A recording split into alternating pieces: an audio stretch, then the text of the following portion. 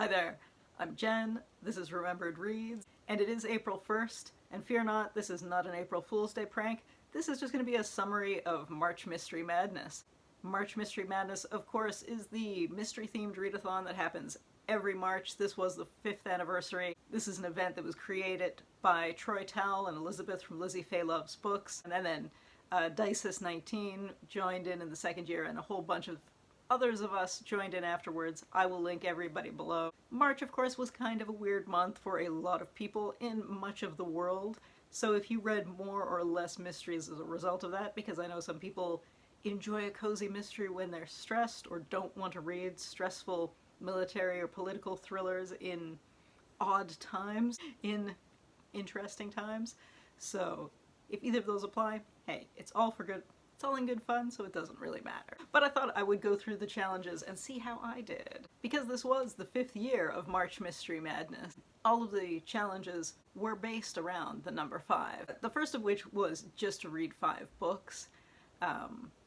Now, obviously, if you read a single book, you still participated, so anybody who didn't think they were participating, if you read anything vaguely mystery-themed this month, well, last month, you were participating.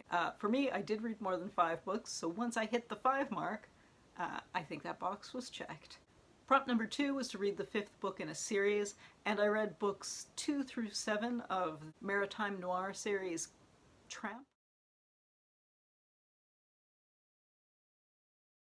which I talked about in one of my previous videos, and I'll be talking about the final volume in probably this Friday. So yes, that included volume 5. The third prompt was a book with 5 or more words in the title, and I don't think I did. I had a book on my TBR that I planned to read that would have fulfilled that, but if you watch my initial wrap-up or the one that I'm going to be doing, or if you in the future watch the one that I'm doing on Friday, you'll note that I actually read an entirely different selection of books, basically, so I don't think I did fulfill that prompt. The next prompt is a book with a page count that's divisible by 5, and I read a novella in Ausmuseum.com's Essie and Katak mystery series called A Death in Sarajevo.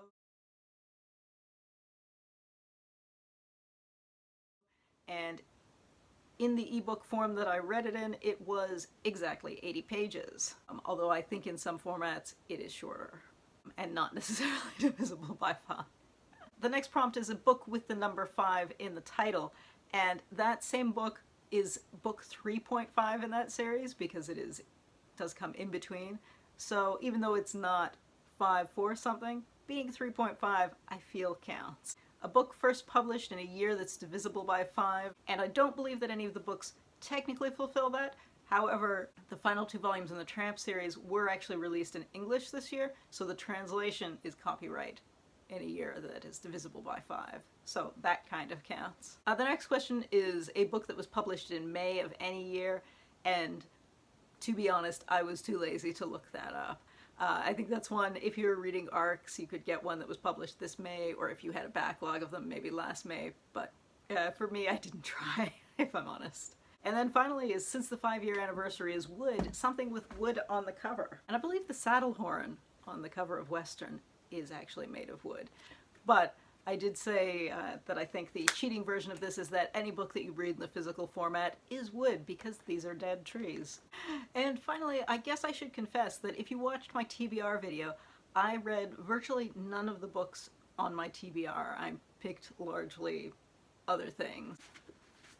I think the one thing that was on that list that I did read was the P.D. James short story, The Victim. This was actually the first thing that I read in March, because I think it's always easy to start with a single short piece like this, so that was where I went. And aside from that, I did start reading A.X. Ahmad's The Last Taxi Ride, but I found that I wasn't really in the mood for this. So I did put it aside, and I'll probably finish it another time. Who knows, maybe next March, or maybe within the next month or so, but I just didn't feel like getting to that one. On my TBR list was A Dangerous Crossing from the Getty and Katak series, but I didn't read that one. I did read the novella that I mentioned earlier instead. Let's see, the Nancy Drew and Hardy Boys comic that I wasn't very impressed with, that I mentioned in my last wrap-up, that was there too. Brubaker and Phillips' The Fade Out which I mentioned in my comics crime noir video, which I quite enjoyed. If you enjoy that style of Hollywood noir kind of storytelling, I fully recommend that one for you.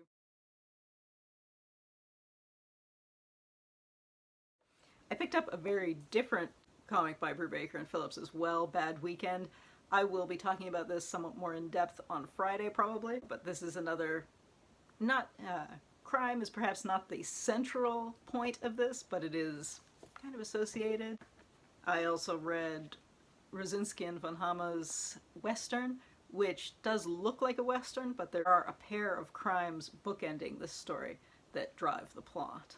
I also read a short story by A.X. Ahmad that has a cover that's designed to look like it's part of a Ranjit Singh series, but it's actually not part of the series. It's completely different characters.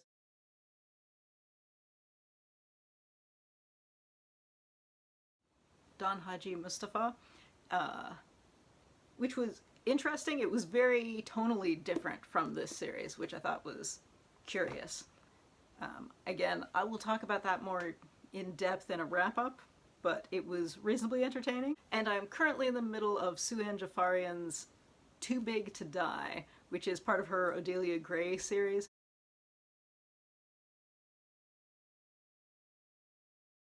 Which is not a cozy series because there is some stronger language and situations than you'd have in a cozy, but it is slightly ridiculous in the style of a cozy.